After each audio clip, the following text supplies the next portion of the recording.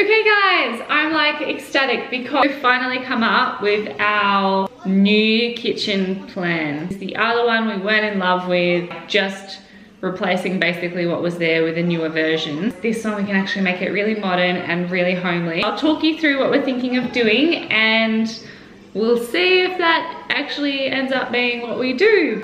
Okay, so I'm going to stop the video right here because clearly I just jinxed myself and none of this is actually what we ended up doing. However, I thought it would be interesting to leave it in here because we spent quite a lot of time problem solving this awkward old U-shaped kitchen.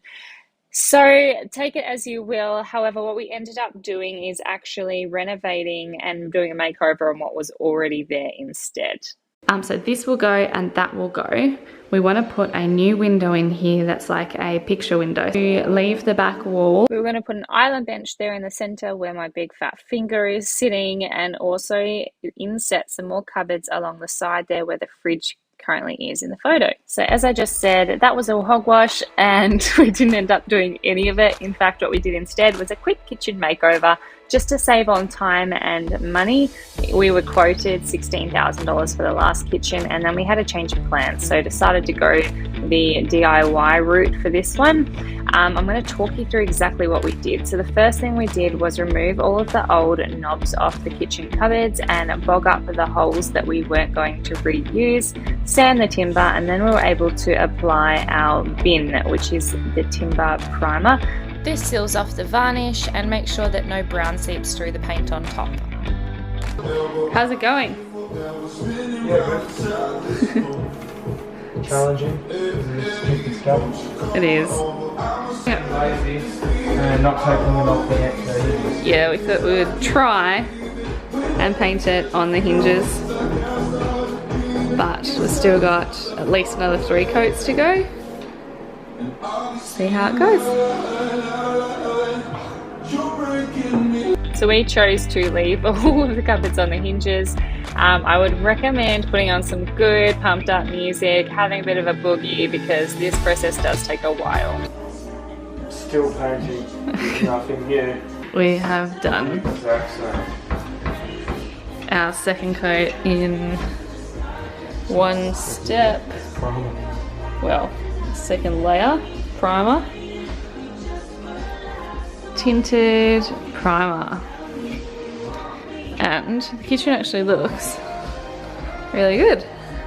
And we've still got to paint that window, so it'll be very white to Jordan's dismay.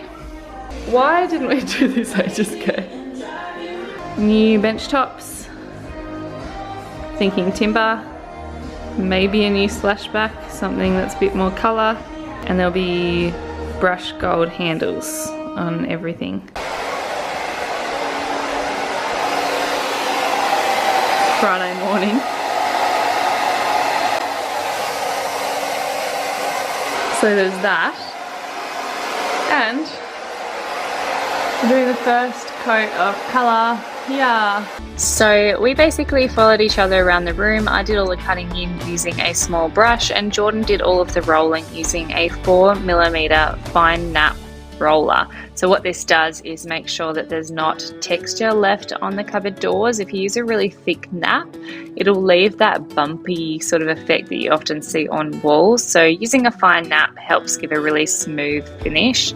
Then we just basically followed each other the whole way around the room. We pulled each door and drawer open one by one as we needed to, just to make sure that everything dried and we could get around. And you can see here I'm having a bit of a boogie.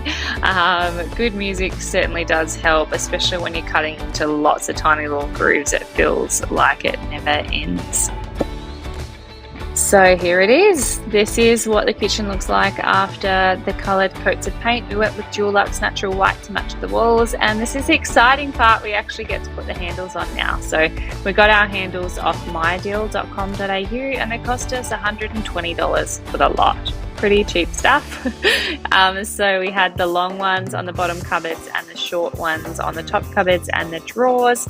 Jordan had to re-drill both the holes for the drawers because the old cupboard knobs were in the middle. I should probably add that we used Dulux oil-based enamel paint to paint all of our cabinets. This was recommended by a professional painter friend of ours. So now it's finally time to replace the kitchen bench tops. We are going with timber bench tops. We're doing it all DIY using what we found at Bunnings, so stay tuned for that. We're going to first rip up all the old melamine bench tops in the kitchen here too, so that involves some pretty disgusting stuff. We've got a really, really foul trap. It No idea. I think this is what's been smelling in the kitchen. It's foul. So we're obviously going to rip all that out and put new ones in. Oh, it smells so bad.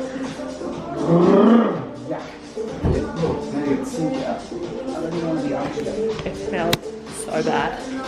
So we are finally at the point where we can remove the bench tops. Everything is disconnected and ready to go. We used the little renovator tool to get in there and loosen everything up. We also had to undo all the notches from underneath the bench tops. Here is the first piece getting pulled off. It did take a little bit of wiggling around. The thing we had to be really careful was that we didn't smash the tile splashback, because we decided we were not going to replace the tiles. However, if we cracked them, we would have had to. So the first piece is off. Next piece, the next piece. So we're replacing this one with a 900 wide. So as we rip out the last of the bench tops, I'm going to take this opportunity to ask you guys to please like and subscribe if you're not already. Make sure your notifications are turned on.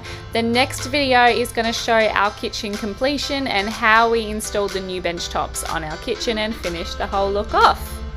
Thank you again for watching, and we'll see you in the next video.